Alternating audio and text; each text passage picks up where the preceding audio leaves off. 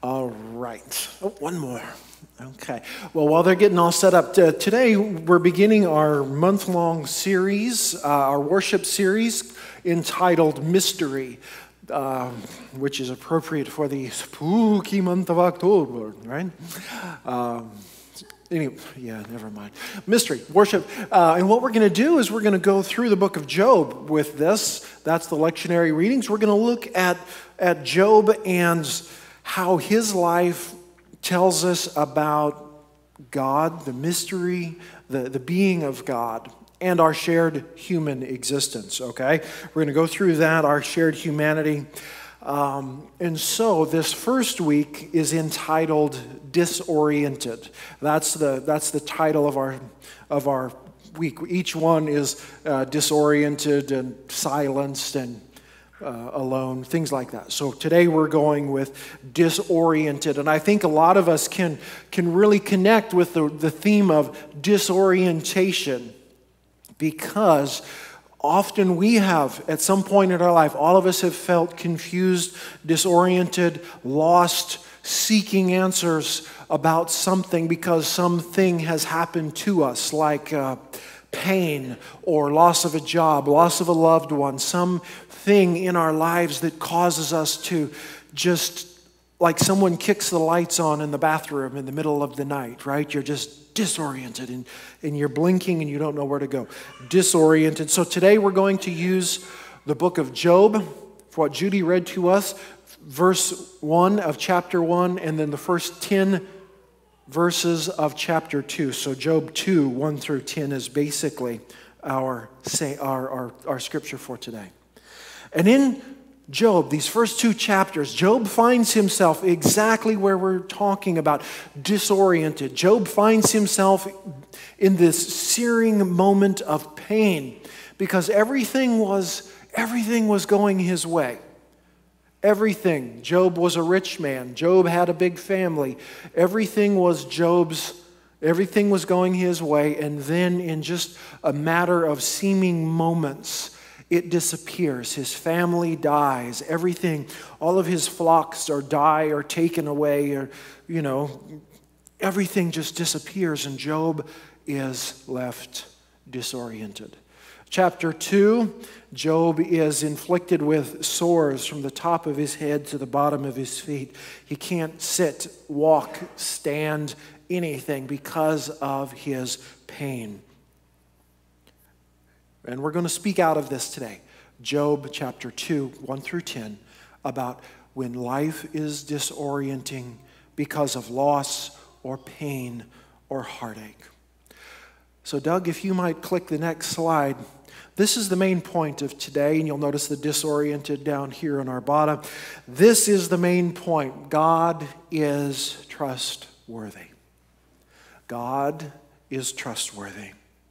God is trustworthy. When we experience devastation, when we experience pain, when we experience seeming wrong and injustice and loss, God is trustworthy. And that is what this first piece of Job shouts at us. God is trustworthy. That's what Job is trying to teach us. Has anybody read the entire book of Job? Anybody? A few of us? Okay. Do you like it? I mean, was it good? Was it right? Yeah. What do you remember? Most of the hands were over on this side. What do you remember about the book of Job that stands out? Anybody?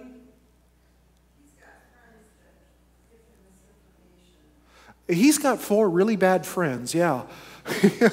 With really funny names, right? I mean, we were going to name our son Bildad, but Eliphaz? Come here, little Eliphaz. That's my middle name, Eliphaz, actually. No, he's got really bad friends. Anybody else remember anything about Job, the book of Job? Yeah, the wife, right there in chapter 2. Dude, what are you doing? Curse God and die. What? Just curse God and die. Just put yourself out of your misery, right? Okay. There's some really interesting stuff. I like one of the responses of God towards the end of the book. Where were you when this morning stars sang and danced for joy? I like that a lot. Anyway, in popular vernacular, we say, "Oh, you must have the patience of Job." Right? Job has a place in our culture. Maybe we just don't recognize it. Job has a place in our church life, even though we may not recognize it. So let's remember this main point as we move on today. God is trustworthy when we experience disorientation. So if you might hit the next slide, Doug, we'll begin with a little bit of background, okay? Because we really need to understand the background of what is going on in this book to understand what God is trying to say to us out of it. Otherwise, we would just read ourselves into it. So here's some things we have to understand about the book of Job, which, by the way, is in really complex Hebrew, and it's got some really interesting textual notes, but I can't get into those today. Number one, Job is about God.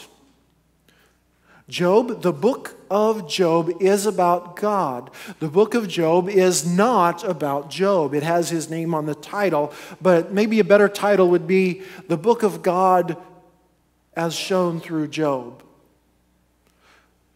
Job is about God, not about Job. Every time we open the pages of Scripture, guys, let's remember that God is the main character. God is always the main character in what we're reading, and that is very true about the book of Job and what we read today. Okay? The book of Job is about God. The second piece here, Job, the man, is not our role model. Okay? Job does okay in chapter 2. In later chapters, Job is a mess. Okay? Do not emulate Job, because Job basically screaming at God, "Hey, stupid, what are you doing?" Anybody ever want to yell that at God? I mean, God can take that, but I wouldn't suggest it. Job is not our role model. So when somebody says, "You have the patience of Job," sock them in the nose. And then run. Okay, number 3. Job is not about defending God about suffering. Okay, so nowhere in the book of Job, if we go to the book of Job looking to find out why there's suffering in the world, we're going to be disappointed. Not in there.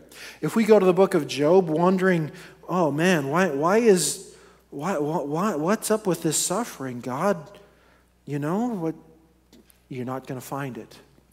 You're not going to find that, because Job teaches us how to think about God when we suffer. Job doesn't teach us about suffering.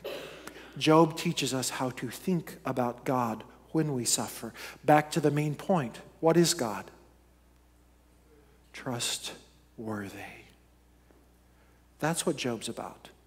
It's not about suffering. You're not going to go reading in there why bad things happen to good people. You're not going to find why good things happen to bad people. You're going to find, how do I think about God when I'm in suffering? And how I'm supposed to think about God? Back to the main point. God is trustworthy. God is worthy of my trust. My trust. So, in recap, let's remember the book of Job is about God. It's not about Job. Number 2, Job is not to be our role model because he's a mess. Okay. Number 3, Job is not going to teach us, the book is not going to teach us how to think about suffering, why, when, where, all of those newspaper things you had to do as a kid, when, where, why, how, and how much. It's going to teach us how to think about God when we suffer. Okay? So that's some background I wanted to give to you. And now let's actually delve right into chapter 2 of Job, verses 1 through 10. So if we could hit the next slide here. Okay. God is worthy of our trust when we suffer. And we're going to leave this one up for the rest of the time here. So the question we may need to think about here, first of all, why does Job suffer? In verse 1, chapter 1, we read how Job is a righteous man, right? There once was a man named Job in the land of Uz, whose name was Job. That man was blameless and upright, one who feared God and turned away from evil. He was righteous. Why in the world was Job suffering? And maybe are you suffering? Why are they suffering? Well, to start working our way through this, we peek in the book of Job. We peek quickly in chapters 1 and 2. We peek into the heavenly court. So imagine, nobody knows what it looks like, but let's imagine a scene of God sitting on a big throne, right? And lots of, like a courtroom, a courtyard, and lots of courtiers, the sons of God standing around, right? The heavenly council standing about, and God is receiving reports from them as any good ruler would do about what's going on in the world. And God is hearing these reports and managing his creation like a good king should. And in this council steps the challenger. Okay, now, when we read, and it was projected here, it said Satan, right? Big S, Satan. Not true. The Hebrew is very clear. It is little s, ha-satan. Ha-satan. Ha-satan is basically a prosecuting attorney. Ha-satan is a position. The accuser, the challenger, is basically a title given to one of the heavenly council, the beings that God has made, to be the challenger. And so when we read here that this person, this being was in heaven, don't think like, horns and pitchfork, hey, whatever. That's not the right image. This isn't the evil one. This isn't the evil one. This isn't the personification of evil. This is one of God's workers whose job today happens to be the challenger, the accuser. Ha-satan. Okay, and if you're like, what? That doesn't make sense. Well, I've got a couple of books that weigh about 75 pounds. You can read all you want to about Hebrew concept of ha-satan. Okay? It is the accuser, the challenger. And the challenger shows up. The challenger shows up and he says to God, he says to God, hey, and he's doing his job, remember. Hey, God, do you think it's a good idea for you to be like all blessing people that follow you? Because when you're just pouring out these blessings on them and you're just doing this stuff, you're not doing anything but bribing them to follow you.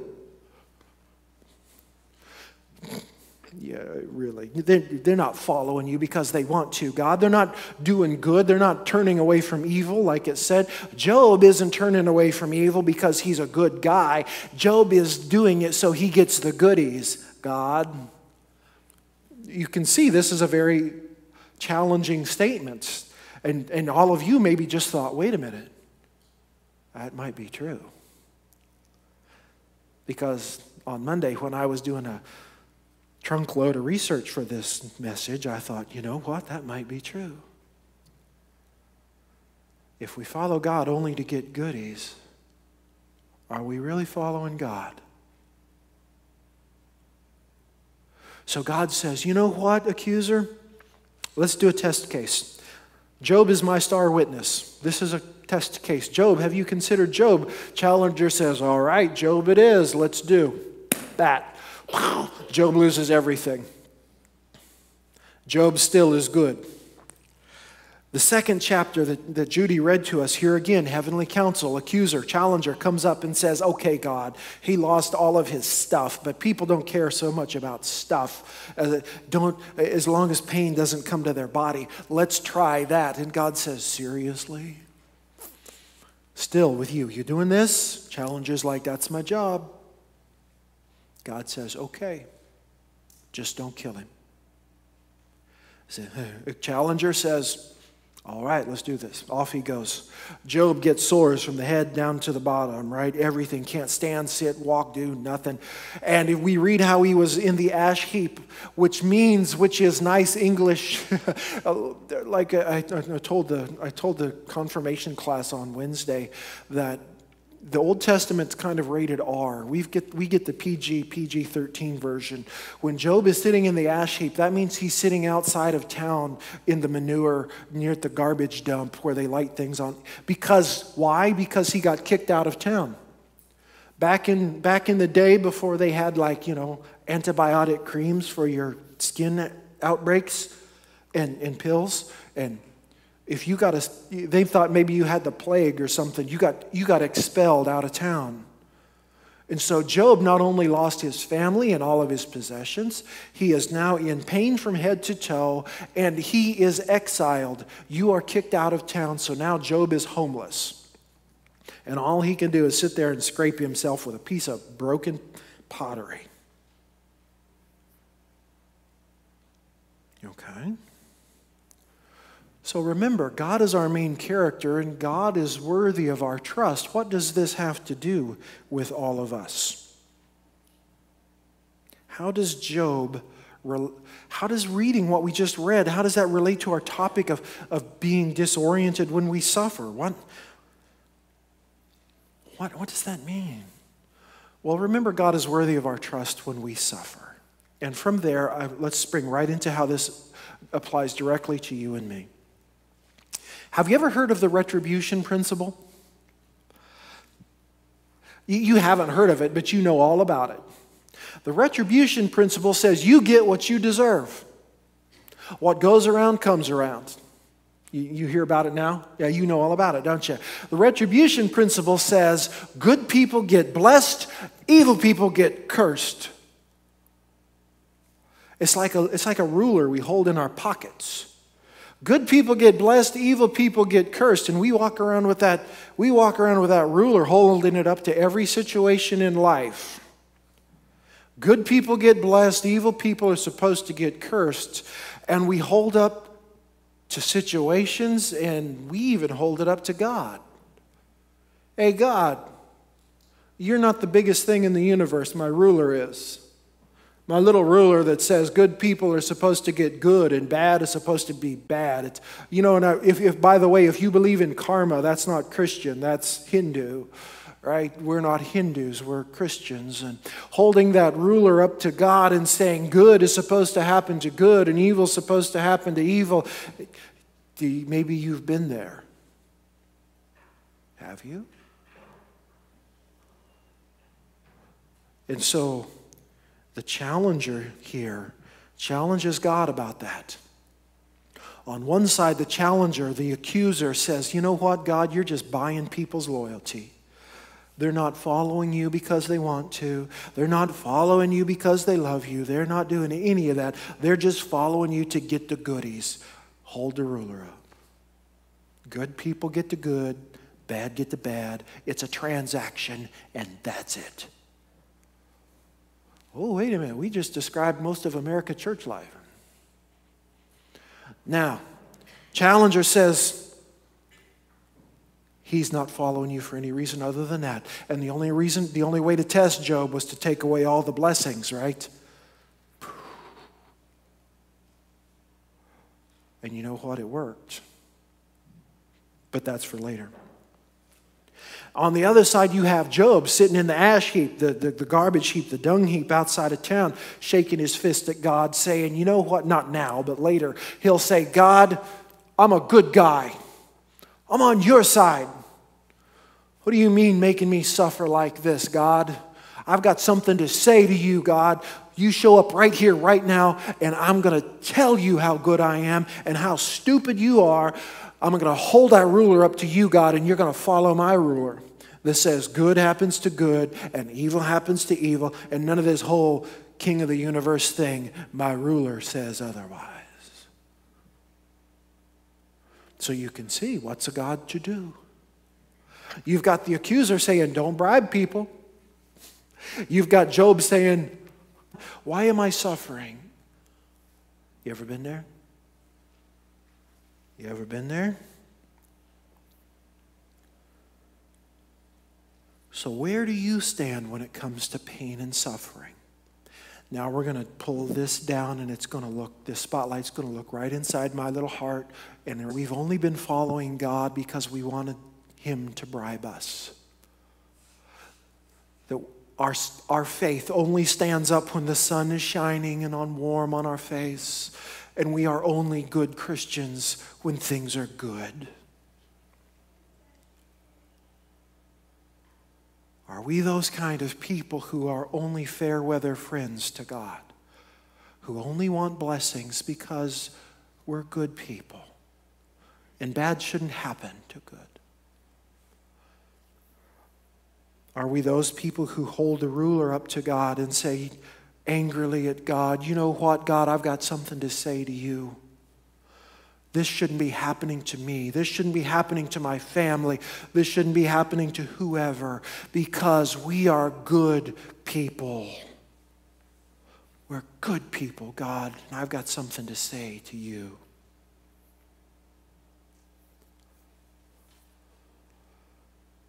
Both of those sides are very, very wrong and very, very selfish. Very selfish.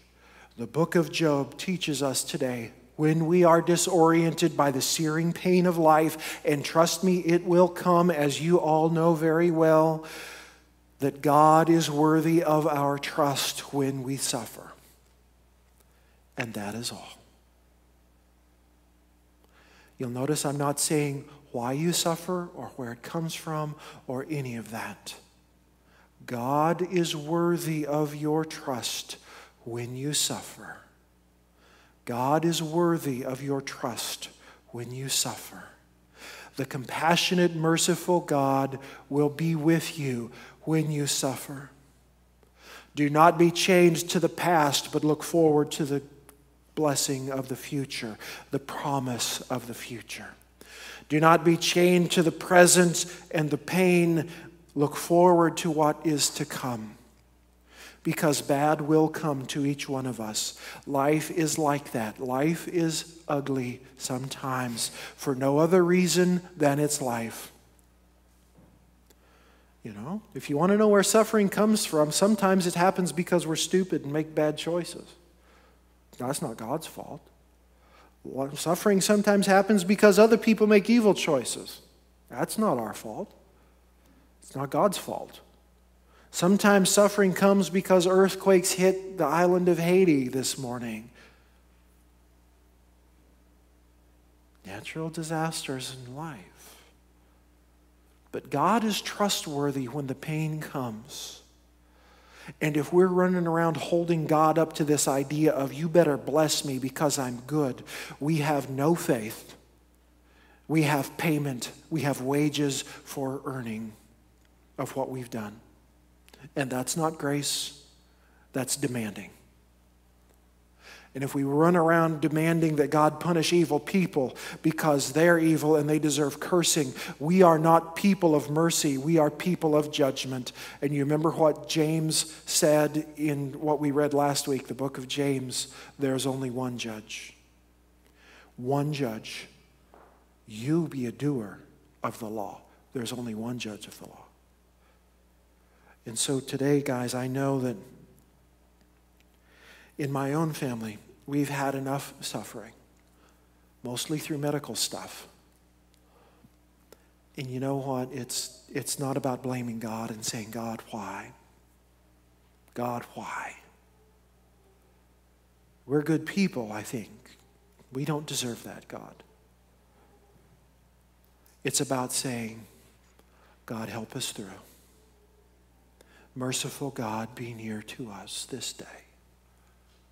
Compassionate God who loved us to the cross and back, sit with us in the ashes.